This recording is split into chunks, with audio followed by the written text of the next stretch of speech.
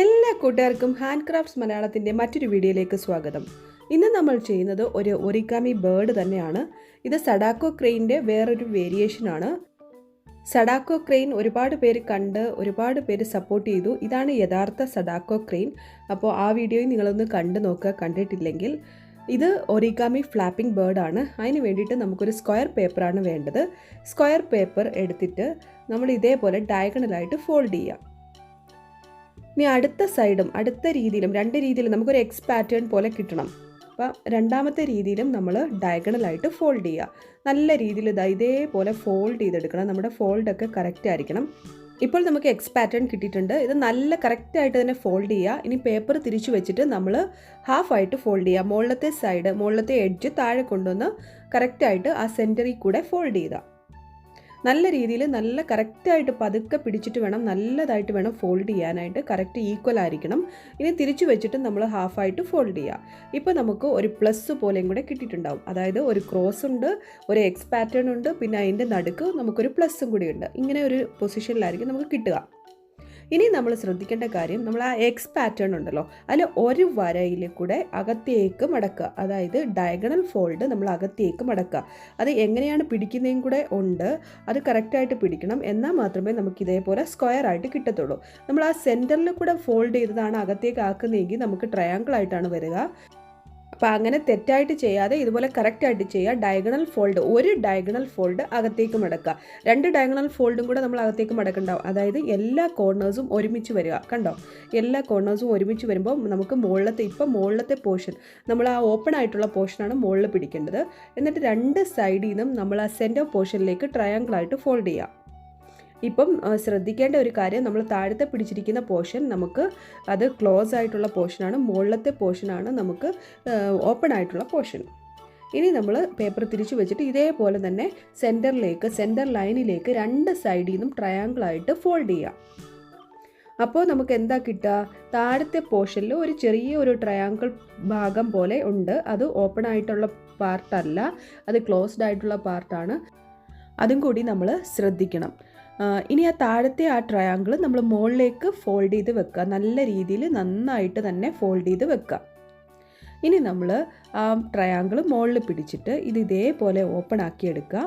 ആ മുകളിലത്തെ ട്രയാങ്കിൾ ഇങ്ങോട്ട് അടുപ്പിച്ചിട്ട് വേണം, ഈ പേപ്പറിലോട്ട് അടുപ്പിച്ചിട്ട് നമ്മൾ രണ്ട് സൈഡിൽ നിന്നും അകത്തേക്ക് അങ്ങ് മടക്കി കൊടുക്കണം.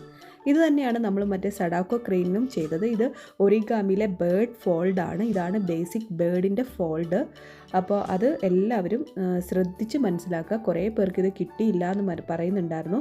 നമ്മൾ കറക്റ്റായിട്ട് ചെയ്ത് കഴിഞ്ഞാൽ ഇത് കിട്ടുന്നതായിരിക്കും. അപ്പം നമ്മൾ ആദ്യം മടക്കിയത് നമ്മൾ ഇപ്പോൾ തുറന്നിട്ട് നമ്മൾ അകത്തേക്കാക്കി. അതേപോലെ തന്നെ ഇപ്പുറത്തും നമ്മൾ ചെയ്യാം. അതായത് ആ മുകളിലത്തെ ആ ട്രയാങ്കിൾ അവിടെ തന്നെ ഇരിക്കട്ടെ. നമ്മൾ സൈഡിൽ നിന്ന് രണ്ട് ട്രയാങ്കിൾസും നമ്മൾ ഓപ്പൺ ചെയ്ത് മുകളിലേക്ക് ആക്കിയിട്ട് ഇത് അകത്തേക്ക് രണ്ട് സൈഡും അകത്തേക്ക് ആക്കി കൊടുക്കുക.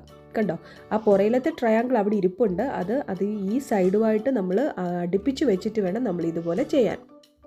ഇപ്പം നമുക്ക് കറക്റ്റായിട്ട് കിട്ടിയിട്ടുണ്ട്. നമ്മുടെ ഈ രണ്ട് പോർഷൻ്റെ അകത്ത് ആ ട്രയാങ്കിൾ ഉണ്ട്. താഴത്തെ പോർഷൻ ഇതേപോലെ സെപ്പറേറ്റ് ചെയ്യാൻ പറ്റുന്നതാണ്. ഇനി നമ്മൾ ഇനി ഒരു ഫോൾഡും കൂടെ ഉള്ളു. അത് വളരെ എളുപ്പമാണ്.